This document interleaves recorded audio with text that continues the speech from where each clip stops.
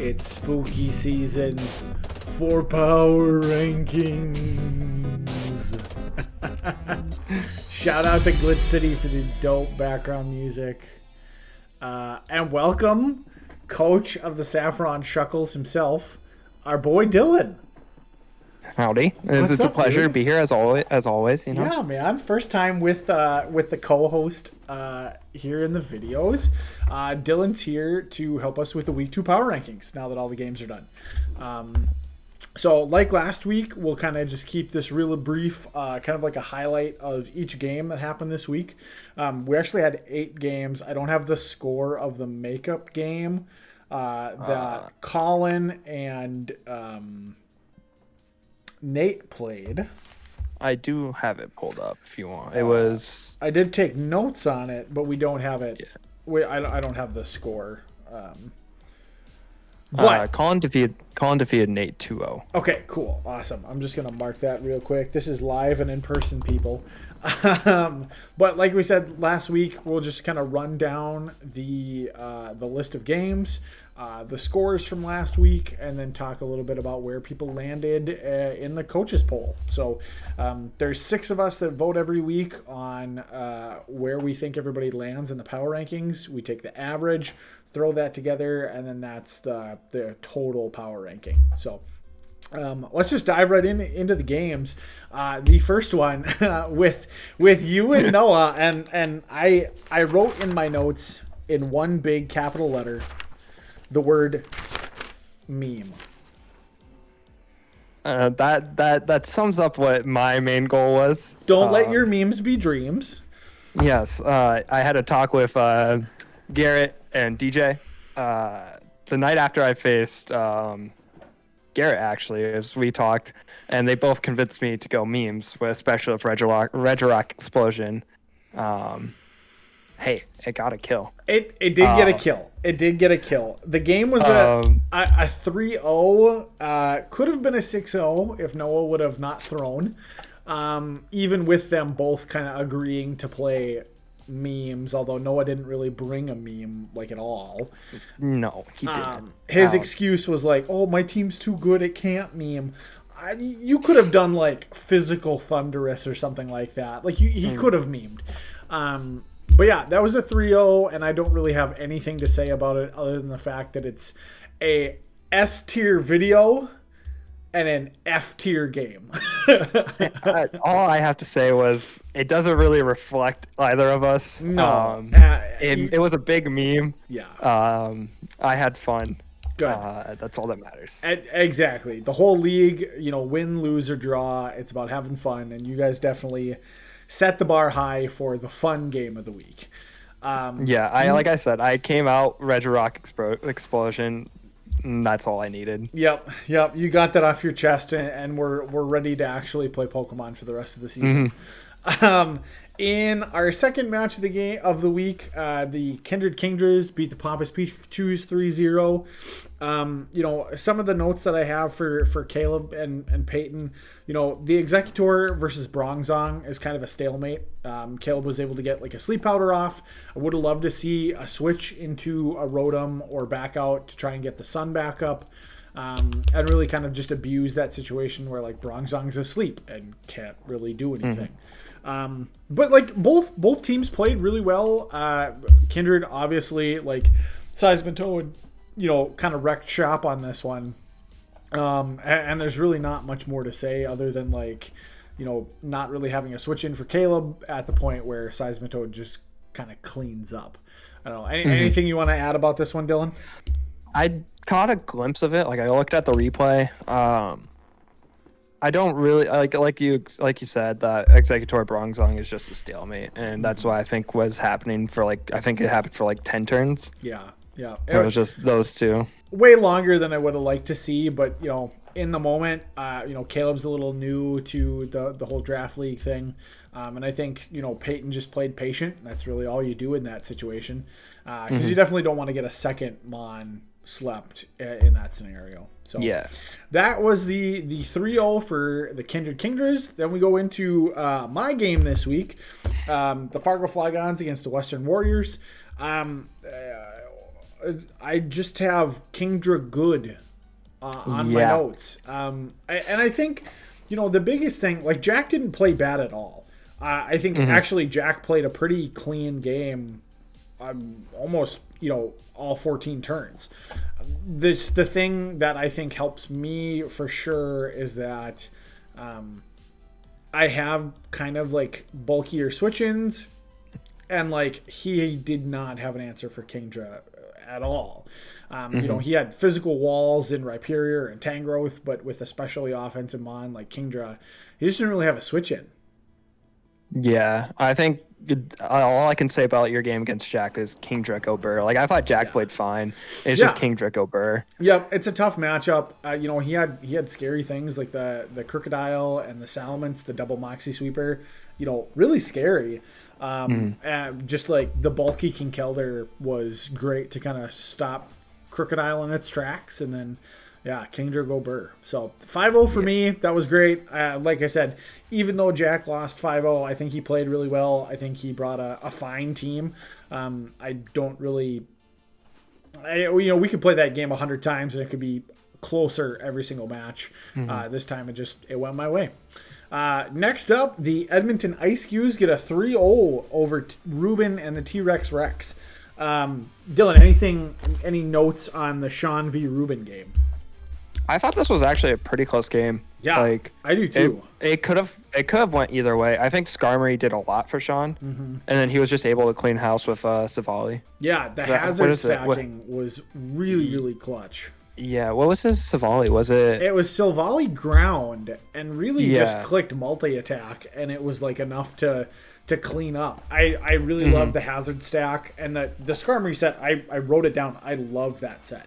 Like just. Stealth Rock, Spike, Roost, Whirlwind, and just like constantly switch stuff out.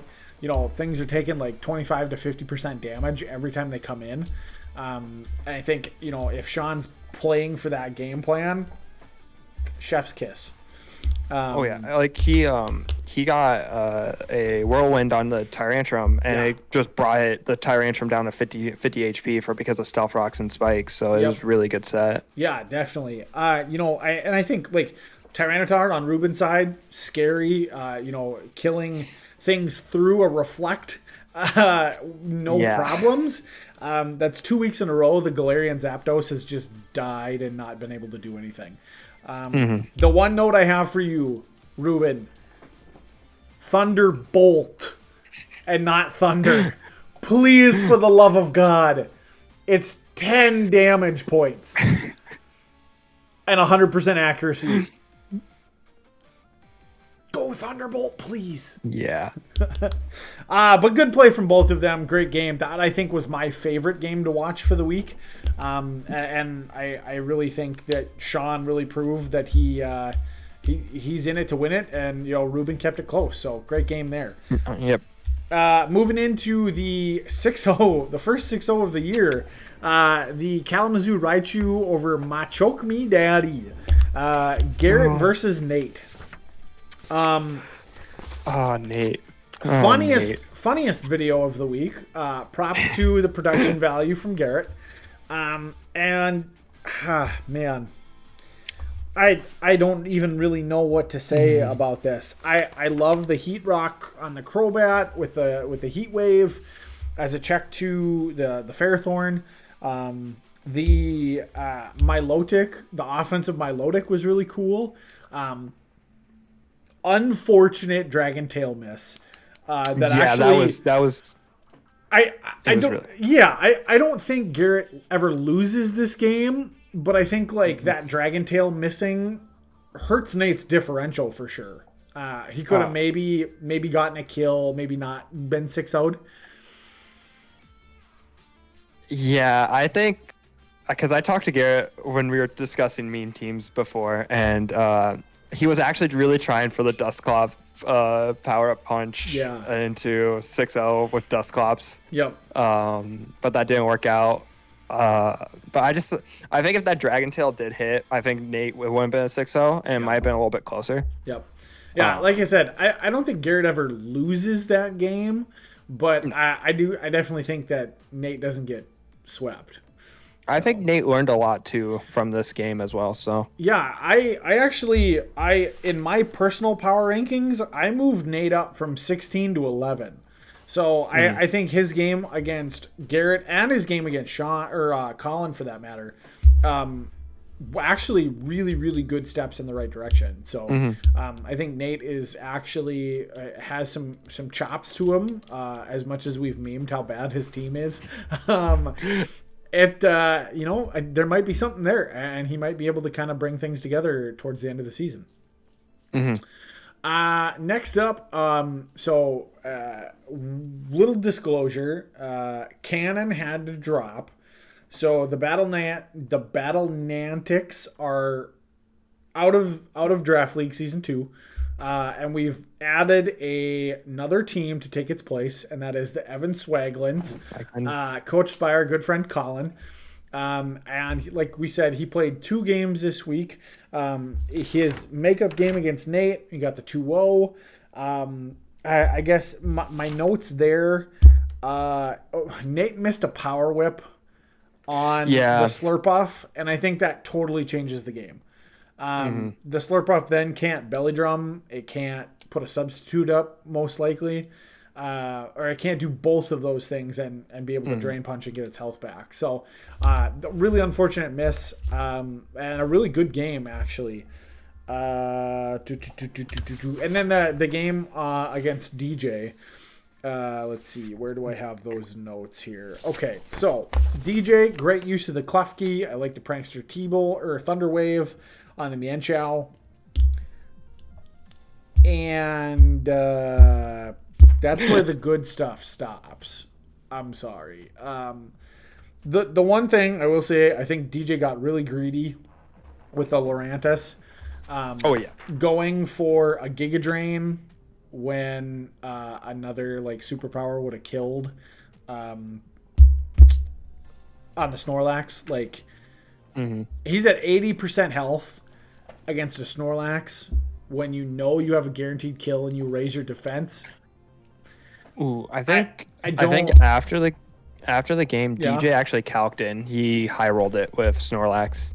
Okay. Like it was like a a coin flip to whether that would have killed the Lurantis or not. So it was just unlucky for the Giga Drain. Okay, I gotcha. Yeah, I gotcha. Okay, I don't feel as bad then calling that out, but also like you're at 80% health and you have a guaranteed kill. Like I get like wanting to get 20% HP back, but I don't know. I disagree with it. I'm not the best battler in the world and DJ's Season 1 champion, so I'm not going to argue with him too much. But I think that was a questionable play. Colin solid brings. The Slurpuff is dangerous. It's the kill leader now for the whole draft league. So yeah, I'm just trying to think. Did he? Because he brought a physical Ludicolo, I want to say, against Nate. Yep. In that 2-0, he brought a physical Ludicolo, which I just thought was really hilarious and funny. Yeah, and like Nate actually played around it pretty well. Like kept the Fairthorn in, and funny stuff from Colin, and I respect it. I don't know. Yeah, good stuff from Colin to see. He's definitely a threat. And so we'll actually have a full list of power rankings actually this week. All 14 teams got votes. We didn't have any weird forfeits or anything. So the Swaglins will go from unranked to somewhere on the board in week 2. And then the last game of the week, the Bug Catchers against the Gatos del Diablo. This is Quincy and Harry. Any thoughts on this one, Dylan? I just don't understand what Harry's doing with his team. Yeah. That's just what was my main point going through, like watching through. It's just like, I don't think Quincy ever loses this. No. I think it was closer than probably what Quincy wanted. Yeah. Yep. I agree. A couple of notes that I think Harry's play with the Cofagrigus to kill the Aggron, perfect. Great. No changes there. Awesome. The physical Charizard set from Quincy, super cool. I don't think I'd ever expect Swords Dance on a Charizard. But I think it was a really good check to the Latias, which was, I think, one of my most frustrating instances of the whole week, was that back and forth between the Charizard and the Latias. because both teams could have, like, they missed kills by going for safer plays, going for rest or like trying to get a substitute up when a Psychic would have just killed the Charizard. So I think, like we said, I don't think Quincy ever loses that, and I don't necessarily think it's a misplay, but I would have loved to see either of them be a little bit more aggressive and just go for the kill rather than trying to like prioritize saving health. Shell Smash Blastoise was really cool. We've seen that before. It's scary. And for the Alakazam, you don't need heavy duty boots.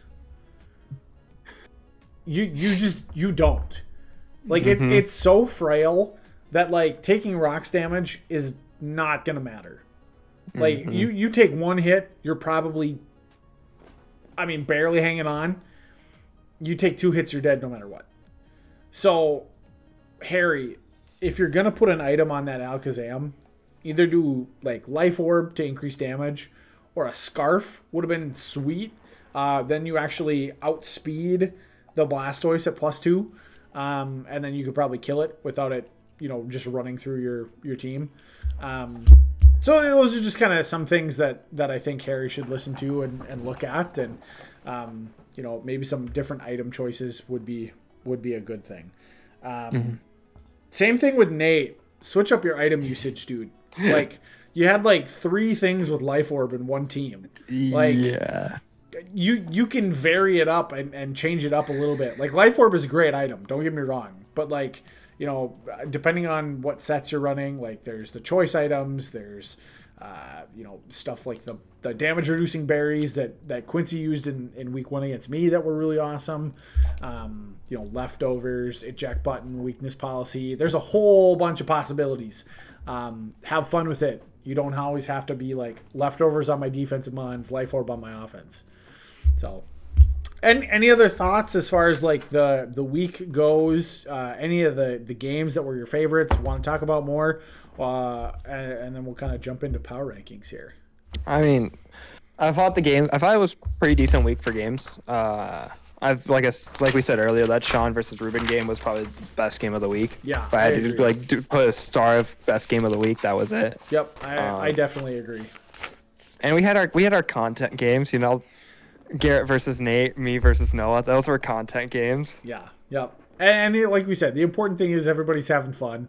A little bit more lopsided games this week. In week 1, it was a lot of like 1-0s, 2-0s, maybe a couple 3-0s. This week, we've got a 6, a 5, and a 4-0, and then 3s for the rest of them. So, an interesting week, and I'm excited to see what happens in week 3. But let's get into power rankings here. So, in 14th place, we got to give it to the Gatos del Diablo.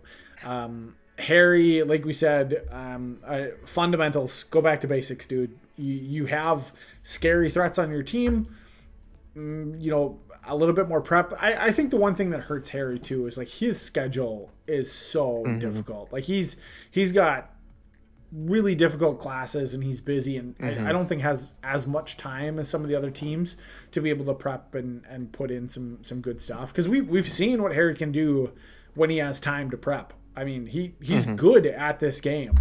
I just think the first couple of weeks he's fallen a little flat. So he loses 2 spots this week and drops to 14. In 13th place, actually moving up 1, is the Machoke Me Daddy. Any extra thoughts on Nate here, Dylan? I think Nate just, if you watch his Pokemon Nuzlocke, that just sums it up right there. I think he's like me when I first started. He's very aggressive and he's just like very impatient. Yep. And like I still get that way, but he's like at the beginning of it where he's very impatient. He just needs to slow down. Yep. I think that for anybody actually out there, like one of the biggest things that you can do is slow down, run your calcs, and really think about each move. We don't play with a timer, so as long as you're not taking like 5 minutes per turn, you can take a little extra time before committing to a move. In 13th place, dropping down 1, is Jack in the Western Warriors. I think his biggest downfall is just his team is a little bit more one-dimensional than some of the other ones out there. It's offensive, it's physical, doesn't have a lot of defense, and as we see, like a good special sweeper can cause trouble for him. So maybe something to fix in free agency, or maybe look at kind of what his lineups are moving forward. Could be something to fix, but I think Jack is playing fine. He's also had really, really tough week 1 and week 2. So not as tough of a schedule as you have had in the first 2 weeks. But I think definitely like the last 5 weeks here, there's a chance for Jack to turn it around. Moving into 11th place is DJ. How the mighty have fallen, down 2 spots to 11. What do you think about DJ in 11th place here? Honestly, I think right now that's giving him too much credit. I think he agrees with me. I think his team is where probably Nate's team is at. I think he's really down at the end. It's just he's got no, like, he went for full memes, and I gotta appreciate it. Like, yeah, that's sure. Exactly what it is. Yeah, for sure. I agree with all of that. In 10th place, one of our 2 biggest movers for the week, unfortunately, is the Saffron Chuckles. I think you get punished for memes, my guy. You dropped 3 spots from 7 to 10. I still think you have one of the best teams that was drafted in this league, and I think there's so much potential there. It's try hard for the way out. I think that week I wanted a meme, and now it's out of my system. Yeah, you got to have that friendly game against the roommate too. So. In 9th place, dropping 1 spot, is the Pompous Pikachu and Caleb. Going up against a strong team this week, actually the number 1 team in the league, is tough, especially when you're one of the newer players to the format and to competitive battling. But I think he's holding his own, and I think like a drop of 1 this week when we added a really good team is like, teams that drop 1 are not at all getting docked. It's just we're kind of righting the ship from where we kind of were a little lopsided in week 1. So Caleb is squarely in the middle of the pack, and I think like we said, he's playing well, and I think there's potential there for him to maybe put a little more prep in, slow things down like you were saying, and then be able to kind of think through, the actual turns a little bit more, and I think he'll be fine. In 8th place, dropping 2 spots, is the Tyrannosaurus Rex. Tough to have to go up against Sean this week. Ruben drops to 1-1, not at all a knock. So you lose to a team that, we can just say spoilers. Edmonton goes up to our biggest mover on the positive side this week, Sean, moving up from 10 to 7. Ruben and the Rexes losing to a team that made a big jump, and then, having a brand new team come in and get 2 wins to kind of, like we said, right the ship. For Ruben dropping down a couple slots, not a knock against his ability. I think he just got a little unlucky this week. Yeah, I think honestly, like we said earlier, his game this week he could have won, and I think his team is, as we were dogging on it earlier in the year, or like at the beginning, his team is actually pretty good. Tyranitar is scary, and he's got a lot of synergy with Sand. Definitely. I think he picked up Dractyzolt as well, so it's like he's got a lot of synergy. He left one of his biggest threats on the bench in favor of some other options, and I think definitely keep your eye out for this team. We already talked about Sean and moving up 3 spots to number 7. I think this was a really, really solid fundamental game. I love the Scarm reset. I think Sean is starting to come into true form here, and he could keep climbing if he keeps playing the way he is. I just want to see Savali, normal gem, sword stance explosion. That's all I want to see. You heard it here. Sean, it's up to you.